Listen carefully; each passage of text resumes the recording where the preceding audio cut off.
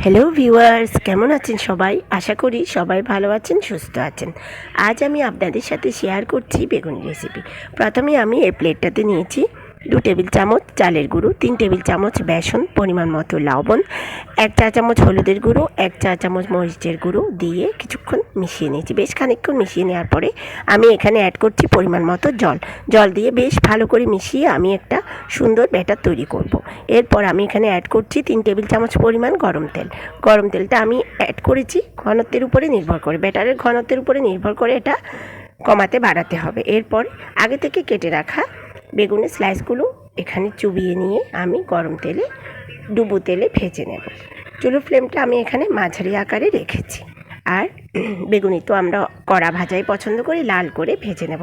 একটা একটা করে আমি এখন ভেজে তুলে নিচ্ছি। এখানে আমি ইউজ করেছি ভর্তার বেগুনটা দেখতে বেশ খানিকটা বড় হয় এবং এটা যখন কাটা হয় তখন খুব সুন্দর স্লাইস বের হয়, সেজন্য আমি এখানে ভর্তার বেগুন ইউজ করেছি। আপনারা চাইলেও এটা ইউজ করতে পারেন। এখন আমি একটা একটা করে ভেজে তুলে নিচ্ছি, প্লেটে তুলে নিচ্ছি। আমার বেগুনি রেসিপিটা কেমন হয়েছে আমাকে অবশ্যই কমেন্টের মাধ্যমে আপনারা জানাবেন। আর আমার ভিডিও কেমন লাগছে অবশ্যই জানাবেন। ধন্যবাদ।